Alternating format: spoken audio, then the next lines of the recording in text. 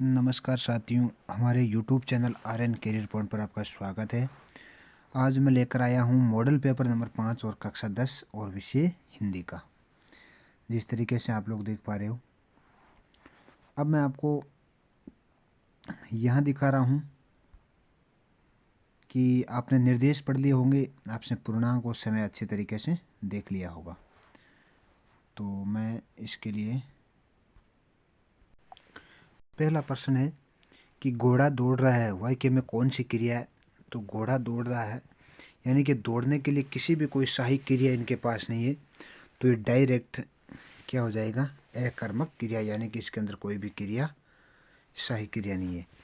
किस शब्द में वी उपसर्ग नहीं है? विद्या, विकट, विगद, विस्म, तो किसके अंदर? विद्या के अंदर नहीं है। व्यर्थ, धरु, धनु, बाण, कुठारा, उक्त कथन किसका है? तो उक्त कथन है वो किसका है? लक्ष्मण का। साहित्यिक लहरी किस कवि की रचना है? जो साहित्यिक लहरी है वो किस कवि की रचना है? तो चौथे के अंदर हो जाएगा से सूरदास की। अगला है संगीतकार द्वारा जानबूझकर स्वर को ऊंचा न उठाए जाने को क्या समझा जाना चाहिए? तो इसको हम क्या समझ सके? संगीतकार की इंसानियत। तुम्हारा ये दंतुरित मुस्कान मर्तक में भी डाल देगी जान, पंक्ति में कौन सा अलंकार है? तो पंक्ति के अंदर अलंकार कौन सा है? तो यहाँ छठवें के अंदर क्या हो जाएगा? से इसके अंदर माना अतिशयोक्ति। हालदार साहब कस्बे में क्यों रुकते थे? हालदार साहब कस्बे के अंदर पान खाने के लिए, पान पीने के लिए, चाय पीने के लिए, तो यहाँ पान खाने के लिए। अगला है सफ़ेद पोश सज्जन के लिए, सफ़ेद पोश सज्जन ने तौलिए पर क्या रखा था? तो आठवें के अंदर बे खीरा। उस्ताद बिस्मिल्लाह खां के बचपन का नाम क्या था? तो बिस्मिल्लाह खां है, उसका बचपन का नाम था अमीरुद्दीन। संस्कृति पाठ के लेखक का नाम क्या है? संस्कृति जो पाठ है उस लेखक का नाम है बदंत आनंद कौशल्यायन। लेखक के साथियों में सबसे ठीठ कौन था? तो सबसे ठीठ है वो बेंजू था। 11वें के अंदर ए है। 12वें के अंदर है कि साना सना हाथ जोड़ी पाठ के लेखिका कौन है? तो साना सना हाथ जोड़ी पाठ के लेखिका मधु कांकरिया। बहुत अच्छा क्वेश्चन है, शानदार क्वेश्चन है। अगला है रिक्त स्थानों की पूर्ति वाले शब्दों में प्रयोग अनुसार रूप परिवर्तन होता है। तो विकारी शब्दों के हमेशा विकारी शब्दों के रूप परिवर्तन हो जाता है, विकारी का कोई रूप परिवर्तन नहीं होता है। ये दूधारू गाय है, वाक्य में कौन सा विशेषण है? तो दूधारू यानी गाय की विशेषता बता रही है कि दूध देने वाले, तो विशेषण गुणवाचक विशेषण माना जाएगा। परिमाणवाचक विशेषण क्रिया विशेषण के कितने भेद होते हैं? तो यहाँ पर 2 भेद होते हैं। कैसे? निश्चित और अनिश्चित क्रिया परिमाणवाचक विशेषण। 2 या 2 से अधिक वर्णों के मेल से उत्पन्न विकार को क्या कहते हैं? उत्पन्न विकार, तो उसको संधि कहते हैं। 2 या 2 से अधिक शब्दों के परस्पर के योग को उसको हम समास कहते हैं। निश्चय शब्द के अंदर निश उपसर्ग माना जाता है। यहाँ एक अपठित गद्यांश से इनको पढ़ करके उत्तर देना है कि जीना भी एक कला है, लेकिन कला ही नहीं तपस्या। जियो तो प्राण ढाल दो जिंदगी में, ढाल दो जीवन रस के उपकरणों में, ठीक है लेकिन क्यों? तो आपको ये गद्यांश अपठित पढ़ना है और फिर आपको उत्तर देना है। अब जैसे पहला जो गद्यांश है उनका कि प्रस्तुत जो गद्यांश है उसका उचित शीर्षक लिखना है। तो सब अपने मतलब के लिए प्रिय होते हैं, अर्थात सभी अपने स्वार्थों को देखते हैं। आत्मानुसतु कामयाय सर्व प्रिय भौतिक से क्या तात्पर्य है? कि दुनिया के प्रचंड स्वार्थ विद्यमान है, सभी स्वार्थों के लिए जीते हैं। दुनिया में क्या विद्यमान है? दुनिया में प्रचंड स्वार्थ विद्यमान है, यानी कि पश्चिमी विचारकों के अनुसार दुनिया में क्या विद्यमान है? जो विचारक है उनके दुनिया का परार्थ नहीं है। प्रचंड स्वार्थ लोग क्या करते हैं? प्रचंड स्वार्थ लोग शत्रु मर्दन का नाटक, झूठा देशोद्धार का नारा एवं शांत शब्द का विपरीत अर्थ गद्यांश में छांट कर, तो शांत का हो जाएगा क्या हो जाएगा? प्रचंड हो जाएगा। आपका ए पठित पद्यांश से पद्यांश को पढ़कर उत्तर देना कि चा नहीं मैं सुरबाला के घेनों में गूंता जाऊं, चा नहीं सम्राटों के सौ पर हे हरि डाला जाऊं, चा नहीं देवों के सिर पर छड़ूं भाग्य पर इटलाऊं, मुझे तोड़ लेना वनमाली, उस पथ पर तुम देना फेंक, मातृभूमि के शीश सडाने जिस पथ पर जाए वीर अनेक। बहुत ही ज़्यादा इम्पोर्टेंट है, ये आपके परीक्षा में आने लायक है। प्रस्तुत पद्यांश का उचित शीर्षक लिखना है कि पुष्प की अभिलाषा। अगला है कि पुष्प की क्या अभिलाषा है। पुष्प की अभिलाषा ये है कि उसे वीरों के रास्ते पर सजना है। इन पंक्तियों में पुष्प की कौन सी भावना व्यक्त होती है? इन गद्यांश के अंदर पुष्प की राष्ट्र प्रेम की भावना व्यक्त की गई है। पुष्प चाहे नहीं देवों के सिर पर, इठलाऊं पंक्ति में चाहे का क्या अर्थ है? चाहे शब्द का अर्थ है अभिलाषा, मनोकामनाएं। पुष्प देश के लिए क्या बिखारना चाहते हैं? पुष्प वीरों के पद मार्ग देश के लिए बिखारना चाहते हैं। पद्यांश में रेखांकित पद क्या है? तो रेखांकित पद अहंकार या घमंड करना है। अगला है, अब देखो जैसे खंड ए इनके आपको, जैसे खंड ए है वो पूरा हो चुका है, तो खंड ए के उत्तर है यहाँ पर। तो ये देख सकते हो, अभी मैंने चौथे का पूरा बताया है, तो ये चौथे प्रश्न का उत्तर है। अब यहाँ पर खंड बे आपके आ जाएगा। एक कहानी ये भी आपको क्या संदेश देती है? मैं प्रत्येक प्रश्न के 1-2 लाइन बोलता हूँ, उस लाइन के बोलने के आधार पर आपको इस जो भी क्वेश्चन है उनका पूरा उत्तर निकालने का प्रयास आप लोगों को करना है।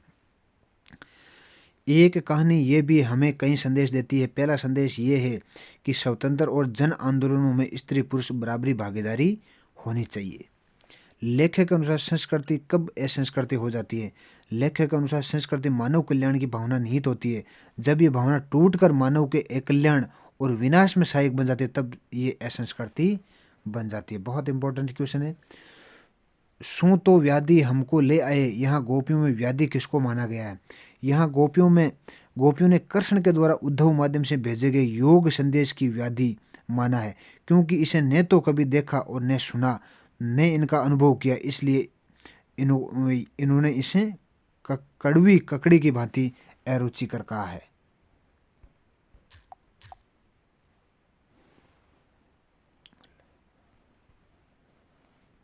अगला है, कवि आत्मकथा लिखने से क्यों बचना चाहता है? कवि आत्मकथा लिखने के लिए इसलिए बचना चाहता है क्योंकि यहाँ उसे अपनी दुर्बलताओं और कमियों का उल्लेख करना पड़ेगा। अगला क्वेश्चन है कि साना साना हाथ जोड़ी पाठ में लेखिका ने फौजी छावनी के बारे में क्या बताया? लेखिका ने फौजी छावनी के बारे में लिखा कि वे एक यानी कि आवर और टूरे फॉर योर टुमारो, यानी अर्थात हमको एक कल के लिए अपना एक आज देने के लिए तैयार रहना है। मैं क्यों लिखता हूँ? लेखक ने जीवन के अपव्यय के बारे में क्या बताया? मैं क्यों लिखता हूँ? लेखक ने द्वितीय विश्व युद्ध के दौरान सैनिकों की कम मछलियों की आवश्यकता होने पर भी वे ब्रह्मपुत्र नदी में बम फेंक उसे काफ़ी संख्या में मार गिराते हैं। राहत की सांस लेना, मुहावरे का अर्थ बताना है आपको।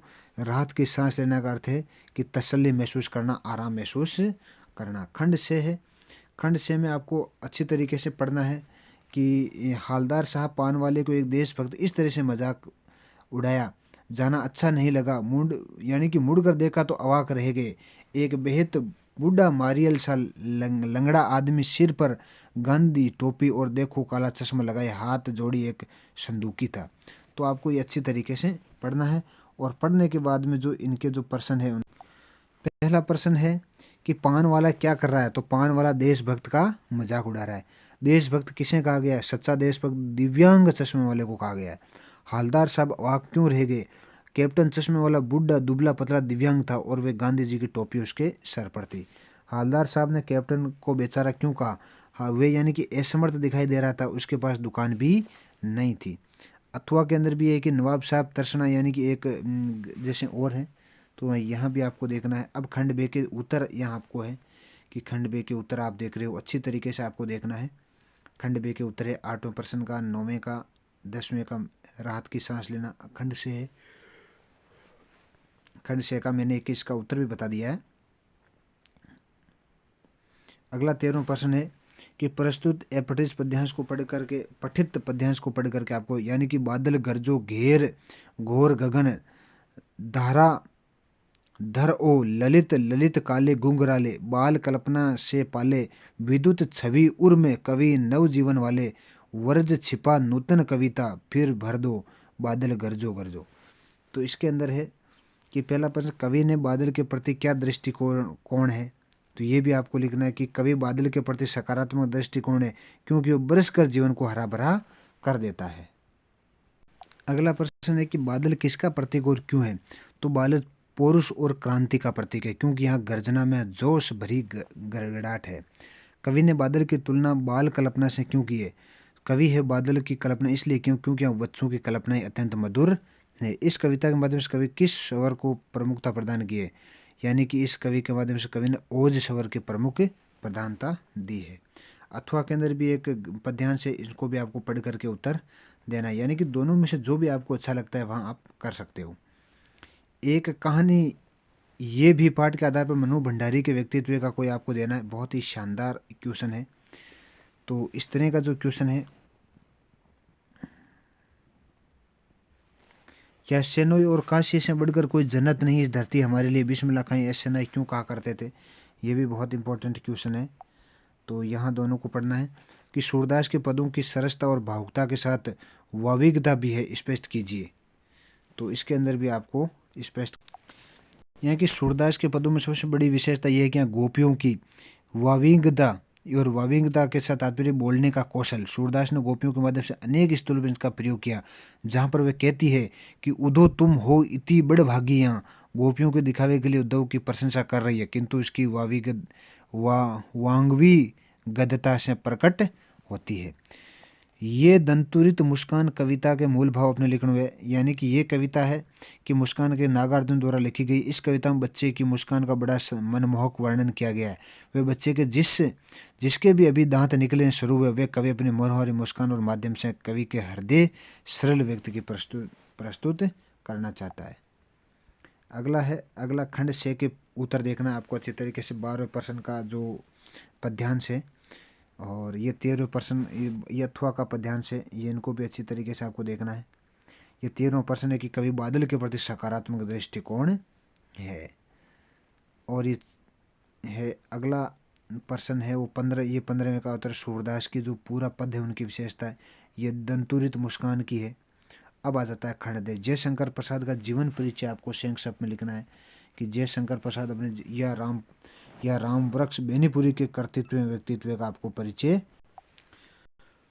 जैसे यहाँ पर 16वें का है कि छयवादी कवि जयशंकर का जन्म 1889 के अंदर वाराणसी में व काशी के प्रसिद्ध कविलेज कॉलेज में पढ़ने गए, परंतु परिस्थितियों के प्रतिकूल होने के कारण वे 8 वित्त से आगे नहीं बढ़ पाए। तो ये सारा उनका लिखना है। रामवृक्ष बेनीपुरी जी है, वो रामवृक्ष बेनीपुरी जन्म बिहार के बेनीपुर गांव में हुआ, 1899 में हुआ। ये मैट्रिक पास कर स्वतंत्रता आंदोलन से जुड़ गए और 15 वर्ष की आयु में इसकी रचनाएं बहुत फेमस हुई।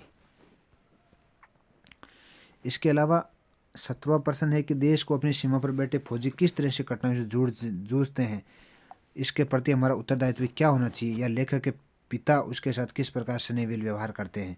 ये भी बहुत अच्छा क्वेश्चन है। यानी कि देश की सीमा पर बैठे फौजी अनेक प्रकार की कठिनाइयों से जूझते हैं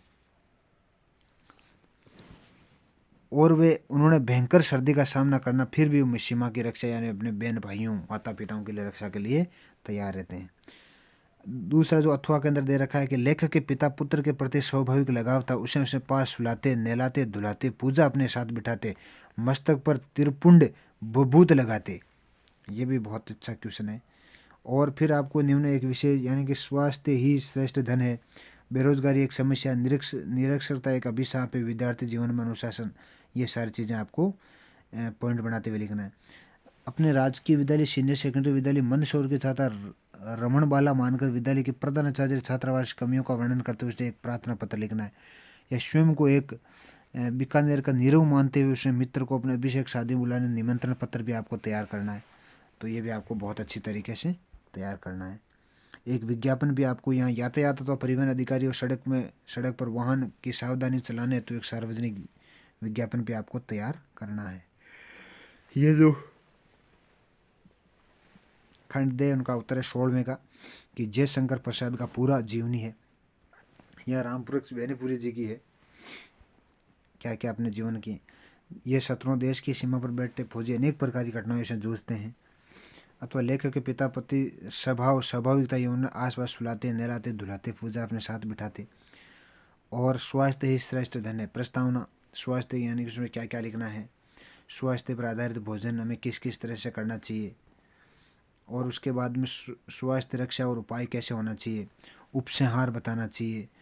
अब अगला है कि एक हमें प्रार्थना पत्र सेवा में प्रधानाचार्य महोदय राजकीय बालिका उच्च माध्यमिक विद्यालय मंदसौर और छात्रावास कर्मियों के संदर्भ में सविनय निवेदन है कि हमारे यहाँ छात्रावास में कहीं साफ सफाई व्यवस्था सुचारू रूप से संचालित नहीं है। तो सफाई कर्मचारी नियुक्त है, वे कभी तो आते हैं कभी नहीं आते, कभी आते तो भी सफाई किए बिना चले जाते हैं। शौचालय बहुत गंदे पड़े हैं, उनमें भयंकर बदबू आ रही है। शौचालय में पानी की उचित व्यवस्था नहीं है। छात्रावास के प्रांगण में लाइट की भी उचित व्यवस्था नहीं है। इस कारण रात्रि में चारों ओर अंधकार व्याप्त रहता है। इससे रात्रि में असामाजिक तत्वों को अंदर घुसकर आने का भय भी रहता है। तो ये आपको प्रार्थना पत्र लिखना है, और ये आपको एक पत्र भी तैयार करना है, और ये आपकी एक विज्ञापन भी बहुत शानदार है। तो इस तरह से आप विज्ञापन को तैयार करना है। तो आज के लिए इतना ही, और आप लोगों को वीडियो को और भी ज़्यादा से ज़्यादा लोगों के पास में शेयर करना है, ताकि हर प्रकार की आपकी हेल्प की जा सके, और आपको अच्छी तरीके से मॉडल पेपर पढ़ना है बिना किसी हिचकिचाहट के। आपके नंबर 100% 90+ बनाएंगे। तो आज के लिए इतना ही। जय हिंद, जय भारत।